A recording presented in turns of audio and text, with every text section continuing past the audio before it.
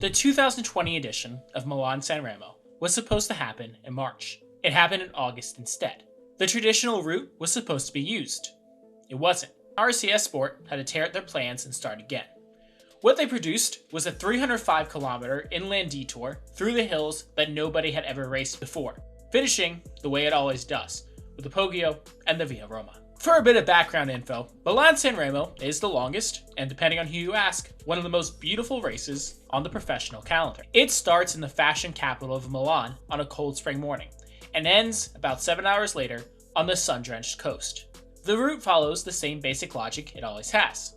A long, mostly flat journey south and then west, a handful of hills near the finish that thin out the sprinters, and then a frantic, high-speed finale in the center of San Remo. To understand what made the 2020 race different, you have to understand what COVID-19 did to the calendar. The season effectively stopped in March, just as the spring classics were getting underway. Riders went home, maintained their fitness and avoided doping tests as best they could, and waited. The Tour de France was pushed back to late August. The monuments were squeezed into October and November. What had been a carefully structured season across 8 months became a frantic sprint through a few weeks in the autumn. Milan-San Remo was rescheduled to August 8th, sitting in an awkward window between the Tour of Poland and the start of the Tour de France. The temperatures were expected to push 30 degrees Celsius for most of the race, with a finish time of 6:30 p.m. After 300 plus kilometers in the heat, legs that might normally survive the Poggio were going to feel it differently. As a final complication, team sizes were reduced from 7 to 6 riders to allow the Italian professional teams Androni Giocattoli and Bardiani CSF onto the start list. The defending champion was Julian Alaphilippe of Quick-Step. He was starting with the race number 1, and every reason to do it again. Quick-Step had also brought Sam Bennett, one of the fastest sprinters in the world, giving them the luxury of 2 genuine options for the finish. Peter Sagan, who had now spent a decade finishing in the top 10 without winning it, arrived with Bora Hansgrohe. His record at this race, 2 second places, 4 fourth places, never out of the top 20, was a statistical curiosity. San Remo seemed perfectly suited to him. Greg van Avermaet was there. Wout Van Aert was there. Mathieu van der Poel, making his Milan-San Remo debut, was also there. The field was deep and open, but the most informed rider coming into the race was Van Aert. 2 weeks earlier, he had won Strade Bianche in Siena, riding away from a reduced group on the final gravel climb with a performance that had left observers struggling for comparisons. He was 25 years old, and by the time August came around, appeared to be operating at a level that put him in a category of his own. 6 riders got away in the first 20 minutes, and Quick-Step absorbed the break entirely at the 35-kilometer go mark, on the flat run-in to the Capressa. The race was whole again and tense. This produced a moment worth noting. As the peloton wound its way up the 5.6-kilometer climb, 2 names that mattered were in difficulty at the back: Caleb Ewan and Fernando Gaviria. Both were pure sprinters, both were among the fastest finishers in the world, and both were suffering badly before the final climb had even begun. 2 riders attacked the base of Capressa. They were brought back before the top. The peloton crested the climb together, more or less, and then Daniel Oss of Bora did something unexpected. He rolled off the front on the descent and kept going, building a gap on the flat run into the Poggio until he was genuinely alone at the head of the race. For a moment, there was a question on who would organize the chase. Groupama FDJ and Ineos eventually took it up, and Oss was brought back just as the final climb began. And then Alaphilippe went. He attacked from near the front of the peloton with just over 6 kilometers to the finish, on the steepest section of the hill. The same move he had made the year before and in other editions before that. It was, in one sense, entirely predictable, but it was still almost impossible to follow.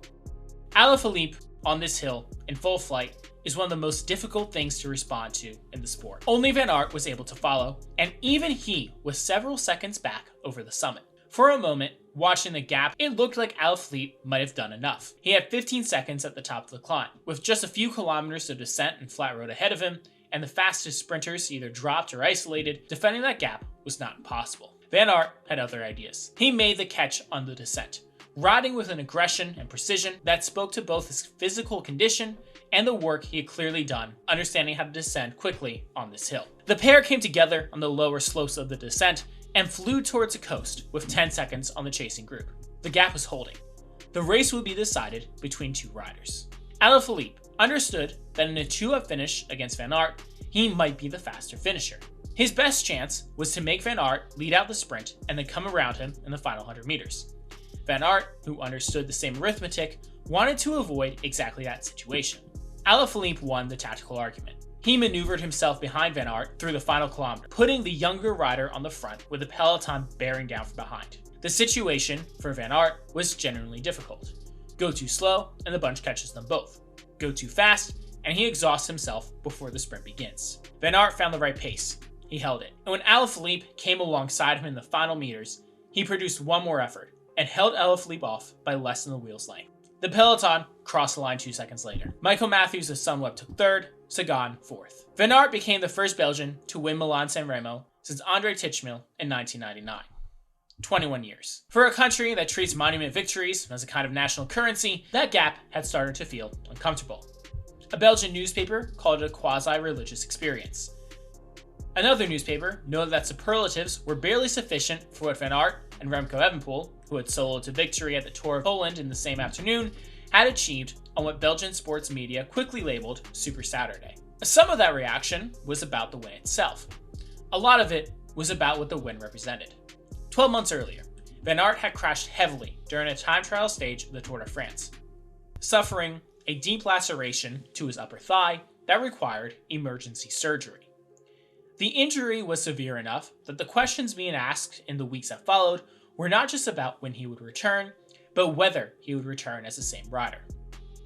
The surgery had been complex. The rehabilitation had been long and uncertain. He came back. Milan-San Remo confirmed it.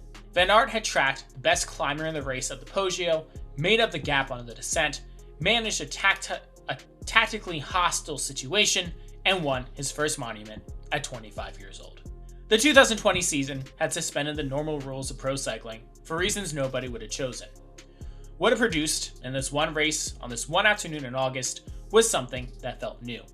A different San Remo, won by a rider who had spent the previous year wondering whether his career was over. Normal service, in other words, was not being resumed. If you want more of this, the races that don't go to script, the seasons that get turned upside down and still somehow produce unforgettable moments, you're in the right place. Hit subscribe, turn on the notifications, and stick around. There's plenty more to come. Thanks for watching.